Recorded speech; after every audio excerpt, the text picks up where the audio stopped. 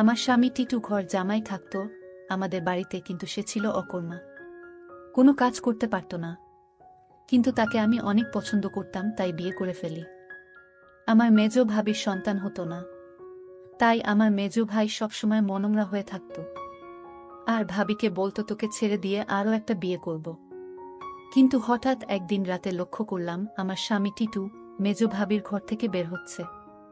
তার কিছুদিন পর ভাবি মহতে যাচ্ছে। আমি তা শুনে আমার মাথা ঘুরে গেল। তাহলে কি আমার স্বামী ভাবিকে? তাহলে মূল ঘটনাটা খুলে বলি। মাঝরাতে পানি খেতে উঠে নিজের স্বামীকে মেজ ভাবির ঘর থেকে বের হতে দেখে চমকে উঠল দিবারা। মেজ ভাইয়া 4 দিন হলো ঢাকায়, এখন ভাবি একা ঘরে। আমার স্বামী এত রাতে মেজ ভাবির ঘরে কি করতে গিয়েছিল সেটা জানার জন্য আমার মাথায় ঘুরপাক খাচ্ছে। এই ঘরের দিকে স্বামীকে আসতে দেখেই দরজা বিজিয়ে দিয়ে বিছানায় উঠে ঘুমানোর অভিনয় করল দিবারা। তার স্বামী দরজা ঠেলে সন্তর্পণে হেঁটে এসে বিছানায় তার পাশে শুয়ে পড়ল। দিবারা এই বাড়ির মেয়ে, তার স্বামী ঘর জামাই। দিবারা জানে কোনো রকম অপরাধ করলে তাকে সহ তার স্বামীকে এই বাড়ি থেকে বের করে দিবে ভাইয়েরা, তাই এই ব্যাপারে আর কোনো কথা বলে না দিবারা। পরের দিন সারাদিন মুখ কালো করে রাখলেও তার স্বামী টিটুকে এই বিষয়ে কিছুই জিজ্ঞেস করে না সে। তারপরের রাতে দিবারা আর কিছুতেই ঘুমাতে পারে না। তার বিশ্বাস তার মেজ ভাই যতদিন শহরে আছে প্রতি রাতেই বোধহয় তার স্বামী মেজ ভাবির ঘরে গেছে। কিন্তু ঘরে গিয়ে কি করল এটা তো আমি দেখি নাই, শুধু দেখতাম মেজ ভাবির ঘরে যেত। কেন যেত দিবারার মনে সন্দেহের সৃষ্টি হল। তার বিশ্বাসকে সত্যি প্রমাণিত করতেই যেন ধীরে ধীরে টিটু দিবারার পাশ থেকে গড়িয়ে মেঝেতে নামল। এরপর পা টিপে টিপে ঘরের দরজা খুলে বাইরে চলে গেল। রাত এখন কয়টা হবে? 1টা, 2টা। টিটু কোনো কাজ না জোগাড় করতে পারায় ভাইদের উপর নির্ভর করেই বেঁচে আছে তারা দুজন। দিবারা টিটুর এই অর্থ উপার্জনের অক্ষমতাটাই পুষিয়ে দেয়, সারাদিন গাধার মতো বাড়ির কাজ করে। সারাদিন কাজ করায় শরীর এতই ক্লান্ত হয় যে সারারাত মরার মতো ঘুমায় দিবারা। কয়বার টিটু তাপ্পড় দিয়েও দিবারার ঘুম ভাঙাতে পারেনি। তাই রাতে যে দিবারা জেগে থাকতে পারে এমন কোনো ভয় তার ছিল না বলা যায়। আর এই সুযোগে মেজ ভাবির ঘরে যেত। কিন্তু কেন যেত তা আমি কিছুই জানতাম না। পরদিন রাতে দিবারা ঘুমায়নি। সে রাতে জেগেছিল তার স্বামী কি করে তা জানতে। তখনই দেখল দিবারার স্বামী বিছানা থেকে ধীরে ধীরে উঠে গেল। ঘর থেকে বের হয়ে মেজ ভাবির ঘরে গেল। কিছুক্ষণ পর মেজ ভাবির ঘর থেকে চিৎকার শোনা যাচ্ছে।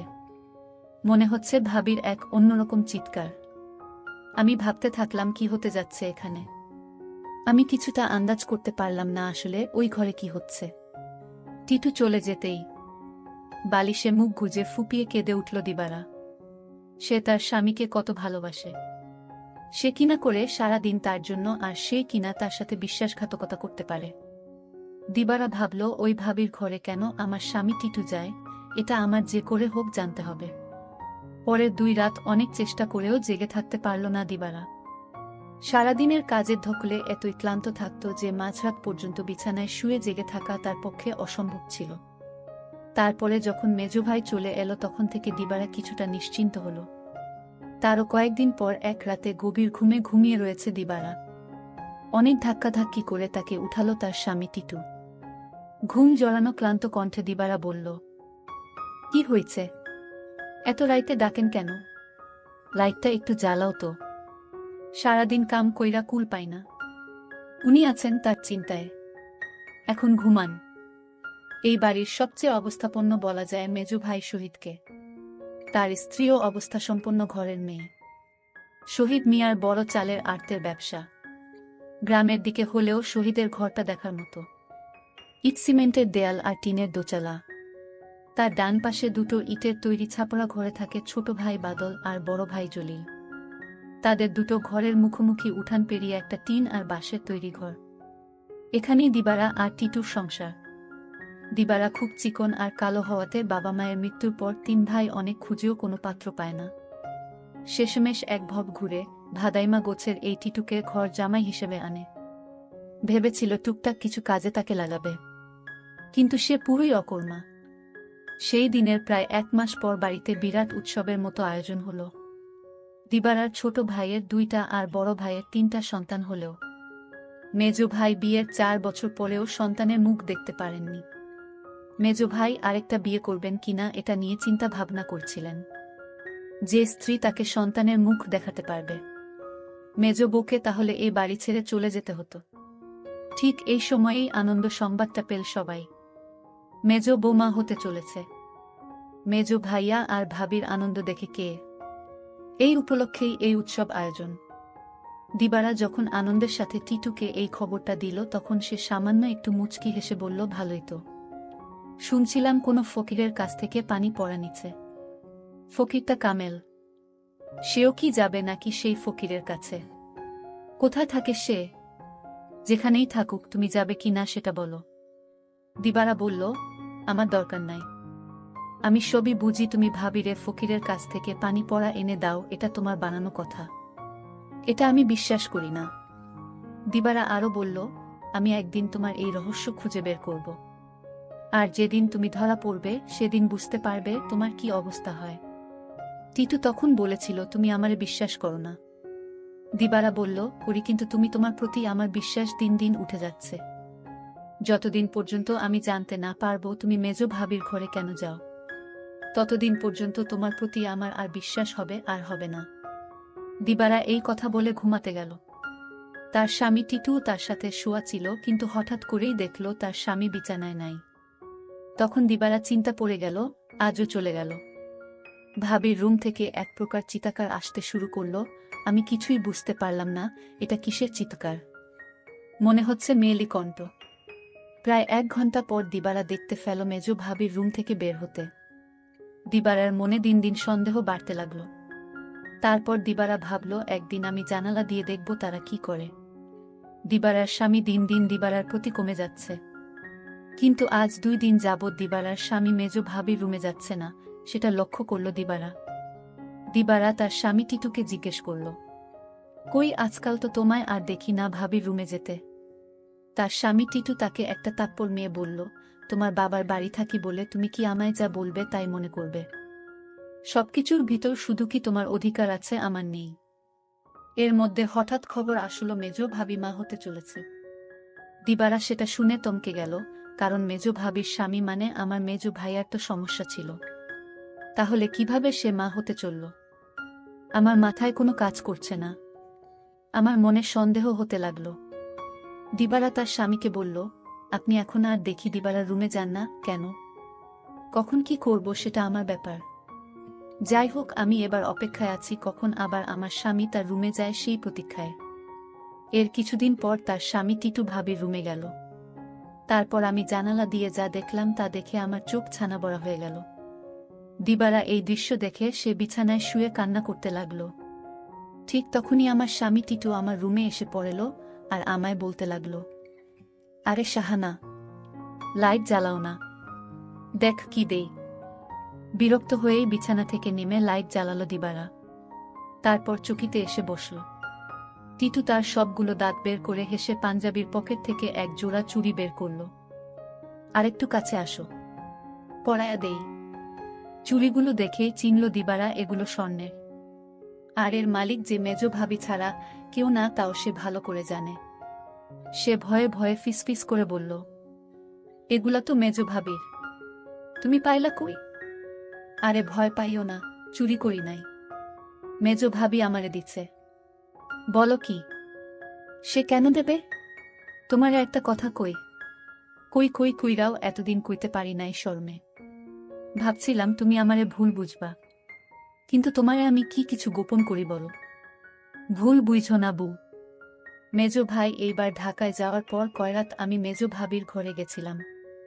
টিটু আবার বলল, মেজ ভাই ঢাকা যাওয়ার পরে মেজ ভাবির কয় রাত খুব জ্বর হয়েছিল, কিন্তু তার যত্ন করার মতো কেউ ছিল না। তাই ভাবি কইল, দেখ টিটু, তোরে আমি ভাইয়ের মতোই দেখি। আমার সারাদিন ভালো লাগে, খালি একটু দুর্বলতা থাকে, কিন্তু রাত হইলেই জ্বর বাড়ে। তুই কি রাইতে আইসা আমার মাথায় একটু পানি ঢালতে পারবি? দিবারা অবাক হয়ে বলল, আমারে কইতে পারত। ছোট ভাবি, বড় ভাবি আছে, তোমারে কইল কেন? আমারে সারাদিনে জ্বরের কথা একবারও কইল না। টিটু মুখটাকে মলিন করে বলল, দেখলা, সব আমার কপালের দোষ। আমি জানতাম তুমি আমারে সন্দেহ করবা।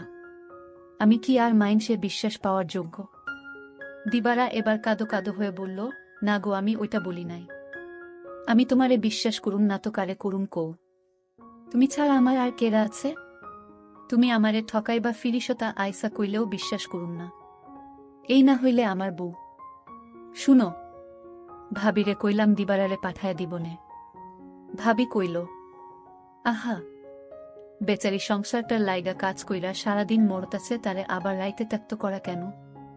দিবারা জানে যে আমি তোমারে ভাই মানি। তুমিই আইসো, দিবারা কিছুই মনে করবে না জানলেও। ওর মন এত নষ্ট না। তবুও আমি তোমারে কিছু কই নাই ডরে। তাছাড়া বুঝি তো পরের বাড়িতে থাকি, বেশি তর্ক মানায় না। এই জন্যই আমি তোমার ভাবির রুমে গেলাম চুপি চুপি। কারণ রাতে তোমার ভাবির মাথায় পানি না দিলে কি তখন জ্বর ছাড়ত? আমি যদি ভাবির পাশে না থাকতাম আর মাথায় পানি না দিতাম তাহলে জ্বরে মইরা যাইত। এতদিনে ভাবিকে কবরস্থানে রেখে আসতে হতো। দিবারা তখন বলল, সবই বুঝলাম, কিন্তু একটা বিষয় আমার মাথায় ঢুকছে না। টিটু বলল, কি কথা তোমার মাথায় ঢুকছে না আমারে বলো। দিবারা তখন বলল, আমার মেজু ভাইয়ের সমস্যা ছিল, কিন্তু সে কিভাবে মা হতে চলেছে। আর ভাবির ঘর থেকে কিসের আওয়াজ আসত। টিটু তখন বলল, তুমি দেখি আবার আমাকে সন্দেহ করতেছ। এই সন্দেহটা তোমাকে দূর করে দেই। তোমার মেজ ভাবি একদিন আমায় বলল, আমার সংসারটা মনে হয় টিকবে না। আমি বলেছিলাম, কেন টিকবে না? কারণ আমার কোনো সন্তান নেই, তাই স্বামী আরেকটা বিয়ে করতে পারে বলে আমায় বলল। আর তখনই আমি বলেছিলাম, তোমার ভাবিকে শোনো, তুমি কিছু চিন্তা করো না, আমি সব ব্যবস্থা করতাছি। আমি তখন এক ফকির বাবার কাছে গেলাম। ভাবির সমস্যাগুলো খুলে বললাম। ফকির বাবা বলল, আমি তোমায় এক গ্লাস পানি পড়া দিব। সেটা 2-3 ফুটা করে সপ্তাহখানে খেতে হবে। তাও নিজ হাতে খেলে হবে না, তার স্বামী তাকে কাওয়াই দিতে হবে। তখন তো বড় ভাই বাড়িতে ছিল না। আমি কোনো উপায় না পেয়ে এক গ্লাস পানি পড়া নিয়ে আসলাম। আর এই ফকির বাবার পানি পড়া খেয়ে আল্লাহর রহমতে সে সন্তান লাভ করেছে, বুঝলে এবার দিবারা। আর তোমার ভাবির ঘর থেকে যে শব্দ আসতো সেটা ছিল LED শব্দ। তুমি তো শুধু শুধু আমায় সন্দেহ করতে। দিবারার চোখ ভিজে উঠে। আহা, তার এই স্বামীকে আর ভাবিকেই নাকি সে ভুল বুঝেছে। কি বাজে চিন্তাই না করেছে সেই রাতে তার স্বামীকে ভাবির ঘর থেকে বের হতে দেখে। সে সিদ্ধান্ত নেয় তার সহজ সরল এই স্বামীকে আর কোনোদিন সন্দেহ করবে না সে। টিটু বলল, আমি সেবা যত্ন করাতেই তো ভাবি সুস্থ হইয়া গেল। তাই তো খুশি হইয়া দিল এই চুরি জোড়া, কইল দিবারারে দিও। তবে দিনের বেলা এটা পইর না, সাহানা। বুঝি তো পরের ঘরে থাকি, 5 লোকে 5 কথা কইব। দিবারা তখন কেঁদে কেঁদে বলল, আমি তোমাকে অনেক কষ্ট দিয়েছি, তোমাকে অযথা সন্দেহ করেছি, আসলে তুমি নিষ্পাপ। দিবারা বলল, তুমি মেজ ভাবির ঘরে গিয়ে মেজ ভাবিকে মায়ের মতো যত্ন করে সুস্থ করে তুলেছে, এরকম স্বামী এখনকার যুগে পাওয়া বড় কঠিন। দিবারা বলল, আমায় ক্ষমা করে দিও তুমি। তুমি ক্ষমা না করলে আল্লাহ আমাকে ক্ষমা করবে না। টিটু তখন হেসে বলল, আমি তোমাকে ক্ষমা করে দিয়েছি। বন্ধুরা, আজকের গল্পটি কেমন লাগলো তা অবশ্যই কমেন্ট করে জানাবেন, আর এরকম নতুন নতুন ভিডিও পেতে আমার চ্যানেলটিকে সাবস্ক্রাইব করে পাশে থাকবেন। ধন্যবাদ।